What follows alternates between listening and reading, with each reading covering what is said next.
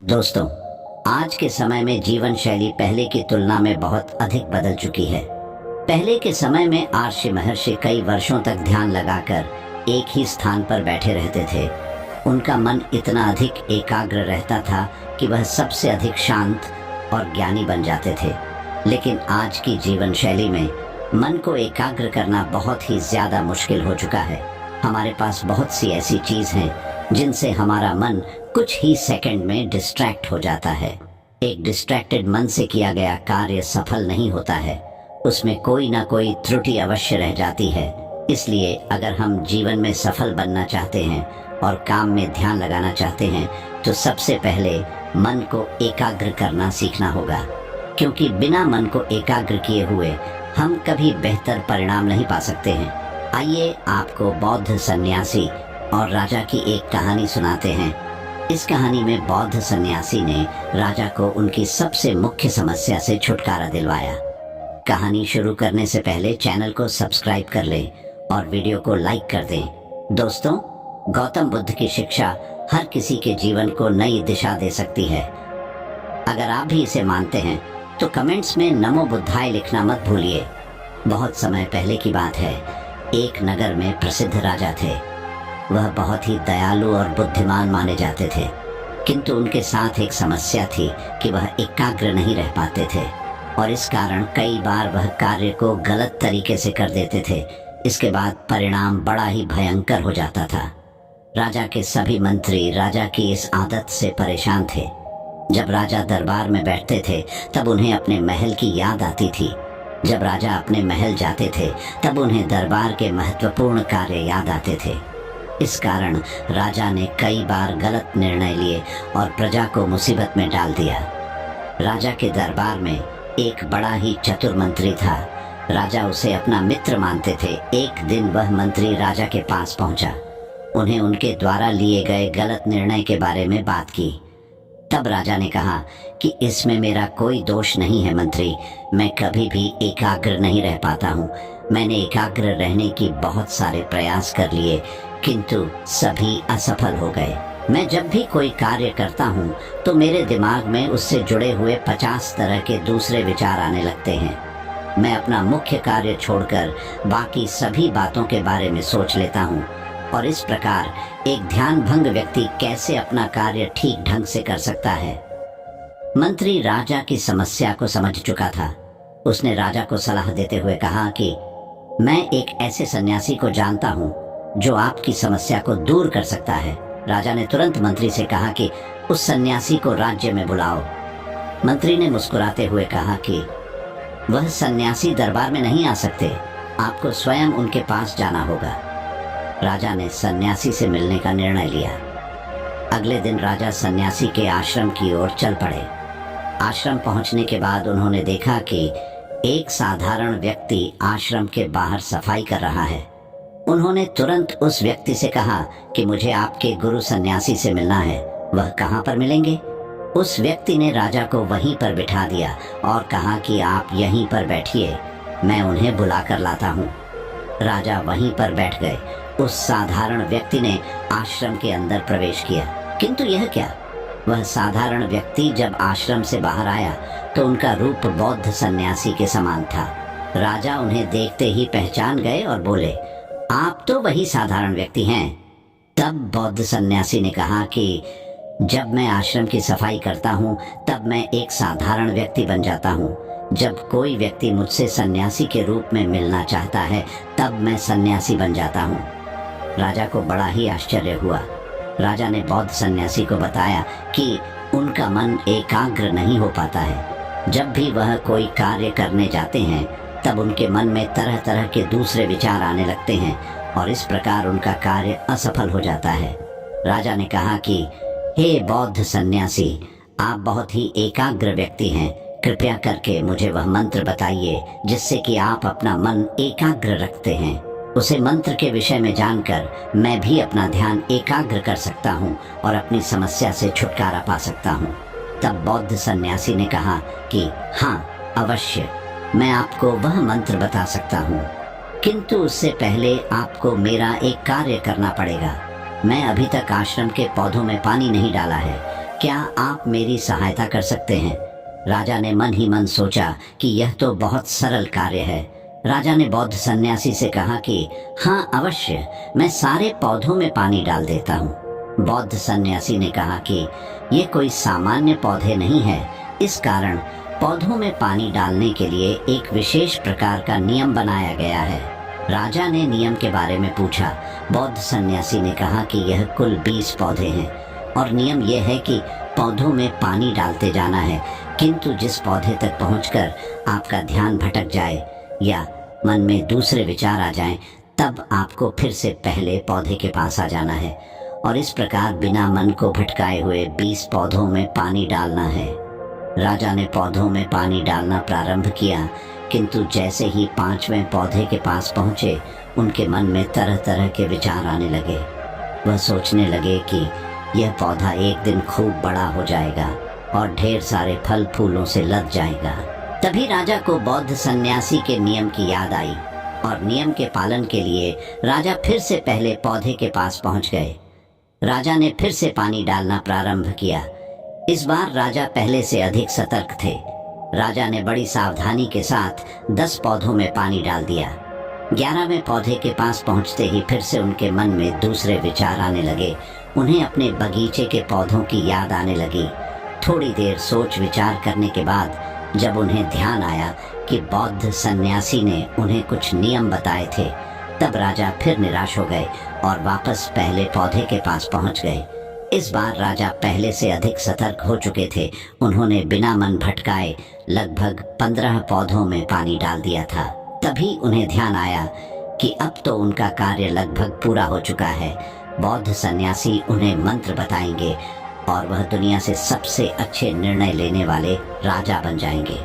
किंतु एक बार फिर राजा का ध्यान भटक चुका था।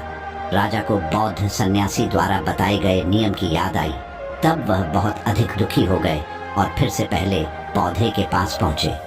ये प्रक्रिया निरंतर चलती रही और राजा 20 पौधों में बिना मन भटकाए पानी डालने में असफल हो गए। थक हार कर वह जमीन पर बैठ गए। बौद्ध सन्यासी ने उन्हें इस प्रकार देखा, तब उनके पास आए और बोले, आप इस कार्य में असफल हो गए। बौद्ध सन्यासी से हाथ जोड़ते हुए कहा कि इस कार्य में असफल हो चुका हूँ। मेरा मन इतना अधिक भटकता है कि अब यदि आपने मुझसे पौधों में पानी डलवाया तो सारे पौधे खराब हो जाएंगे। बौद्ध सन्यासी ने कहा कि आपके साथ ऐसा इसलिए हो रहा है क्योंकि आप एक समय में एक कार्य नहीं करना चाहते हैं। आप शरीर से कहीं और होते हैं और मन से किसी दूसरे स्थान पर पहुंच जाते हैं। राजा ने पूछा कि हे गुरुदेव, मैं किस प्रकार से अपने मन और अपने शरीर दोनों को एक साथ रखूं? बौद्ध सन्यासी ने कहा कि यह तभी संभव है जब हमारा मन विचारों से खाली हो। राजा ने कहा कि मेरा मन कभी विचारों से खाली नहीं हो पाता है। मैं जब भी कोई कार्य करने जाता हूँ, मेरे मन में तरह तरह के विचार आने लग जाते हैं। मैं स्वयं को उलझा हुआ पाता हूँ। ऐसा लगता है एक चक्रव्यूह में फंस गया हूँ और वहाँ से निकल नहीं सकता हूँ। राजा की बातें सुनकर बौद्ध सन्यासी मुस्कुराए और बोले, राजा, तुम पौधों में पानी नहीं डाल रहे, तुम तो बस जल्दी जल्दी अपना कार्य समाप्त करना चाहते थे। तुम्हें पहले जो काम दिया गया है उसी पर ध्यान लगाने के स्थान पर तुम अगले पड़ाव के विषय में सोच रहे थे। तुम कर्म पर ध्यान न देकर उसके फल के विषय में अधिक सोच रहे थे। तुम्हारा असली लक्ष्य तो मुझसे मिलकर उसे मंत्र के बारे में जानना था। तुम केवल प्रक्रिया की पूर्ति कर रहे थे और इस प्रकार पौधों में पानी डालने का कार्य तुम्हें बोझ के समान लग रहा था। याद रखो, जब किसी कार्य को बहुत समझकर किया जाता है तब उस कार्य पर मन कभी एकाग्र नहीं हो पाता है। और यही कारण है कि पौधों में पानी डालते समय तुम अपने मन को शांत और एक स्थान पर नहीं रख पाए। जब हमारा मन किसी कार्य को बोझ समझने लग जाता है, तब हम उस कार्य को किसी भी तरह से जल्दी जल्दी समाप्त कर लेना चाहते हैं, इसलिए उस कार्य में अपना 100% नहीं दे पाते। किंतु यदि तुम उस क्षण को महत्वपूर्ण मानते और अपना सारा ध्यान केवल पानी देने पर लगाते, तब तुम्हारा मन निश्चित ही एकाग्र रहता और तुम्हारे मन में दूसरे विचार नहीं आते। वह तुम्हें कभी परेशान नहीं करते। राजा ने कहा कि हे गुरुदेव, मैंने पूरे मन से इस कार्य को करने का प्रयास किया है, किंतु को एकाग्र रखना बहुत ही कठिन प्रतीत होता है। क्या मुझे मन को एकाग्र रखने के लिए कोई तपस्या करनी होगी? बौद्ध सन्यासी ने कहा कि तप अवश्य तुम्हारी सहायता करेगी। शांत मन तुम्हारे पास पहले से मौजूद है, उसे कार्य में लाने की, सक्रिय करने की आवश्यकता है। यदि तुम तपस्या के माध्यम से मन को एकाग्र करना चाहते हो, तब तुम्हें ध्यान करने की कला सीखनी चाहिए। ध्यान में हम अपनी सांसों को महत्व देते हुए अपने सारे ऊर्जा उस पर लगा देते हैं। इसलिए अपनी सांसों पर ध्यान देना सीखो। तुम कोई भी कार्य करते समय अपनी सांसों को ध्यान में रखो। कोई भी क्रिया जो तुम्हें वर्तमान से दूर ले जा रही है, उस समय अपनी सांसों पर ध्यान केंद्रित करके तुम वर्तमान में वापस आ सकते हो। इस प्रक्रिया को और अच्छी तरह करने के लिए कुछ क्षण अपने आसपास के प्रकृति पर नजर डालो। देखो कि आसपास क्या हो रहा है और इस प्रकार से तुम वर्तमान में वापस आ सकते हो। ऐसा करने से तुम्हारे मन में कार्य को जल्दी जल्दी खत्म करने का विचार नहीं आएगा, बल्कि एकाग्र होकर उस कार्य को खत्म करोगे। कार्य छोटा हो या बात निश्चित थी, तुम्हारा सारा मन, सारी ऊर्जा उस पर ही लगी रहेगी। इस प्रकार तुम्हें ज्ञान और शांति दोनों ही प्राप्त होंगे। ये वह क्षण होता है जब हमारा मन इधर उधर नहीं भटकता है और मन में दूसरे विचार नहीं आते हैं। इस प्रक्रिया में कर्ता और कर्म एक हो जाते हैं। इस प्रकार हम भीतर से शांत महसूस करते हैं। जो मन मुश्किलों में शांत रहता है, वही उत्तम निर्णय लेता है। ध्यान की प्रक्रिया को सीखने के लिए अभ्यास सबसे महत्वपूर्ण है। अभ्यास के द्वारा ही ध्यान की बारीकियों को सीखा जा सकता है। बौद्ध सन्यासी की बातें सुनकर राजा ने बौद्ध सन्यासी को धन्यवाद देते हुए कहा कि अब वह अपनी सारी ऊर्जा ज्ञान की कला को सिखाने में लगाएंगे। साथ ही अपने राज्य में जाकर अपने मंत्रियों और अन्य सभी को ध्यान और मन एकाग्र करने की महत्व को अवश्य बताएंगे। यदि तुम तपस्या के माध्यम से मन को एकाग्र करना चाहते हो, तब तुम्हें ध्यान करने की कला सीखनी चाहिए। ध्यान में हम अपनी सांसों को महत्व देते हुए अपने सारे ऊर्जा उस पर लगा देते हैं। इसलिए अपनी सांसों पर ध्यान देना सीखो। तुम कोई भी कार्य करते समय अपनी सांसों को ध्यान में रखो। कोई भी क्रिया जो तुम्हें वर्तमान से दूर ले जा रही है, उस समय अपनी सांसों पर ध्यान केंद्रित करके तुम वर्तमान में वापस आ सकते हो। इस प्रक्रिया को और अच्छी तरह करने के लिए कुछ क्षण अपने आसपास के प्रकृति पर नजर डालो। देखो कि आसपास क्या हो रहा है और इस प्रकार से तुम वर्तमान में वापस आ सकते हो। ऐसा करने से तुम्हारे मन में कार्य को जल्दी जल्दी खत्म करने का विचार नहीं आएगा, बल्कि एकाग्र होकर उस कार्य को खत्म करोगे। कार्य छोटा हो या बात निश्चित थी, तुम्हारा सारा मन, सारी ऊर्जा उस पर ही लगी रहेगी। इस प्रकार तुम्हें ज्ञान और शांति दोनों ही प्राप्त होंगे। ये वह क्षण होता है जब हमारा मन इधर उधर नहीं भटकता है और मन में दूसरे विचार नहीं आते हैं। इस प्रक्रिया में कर्ता और कर्म एक हो जाते हैं। इस प्रकार हम भीतर से शांत महसूस करते हैं। जो मन मुश्किलों में शांत रहता है, वही उत्तम निर्णय लेता है। ध्यान की प्रक्रिया को सीखने के लिए अभ्यास सबसे महत्वपूर्ण है। अभ्यास के द्वारा ही ध्यान की बारीकियों को सीखा जा सकता है।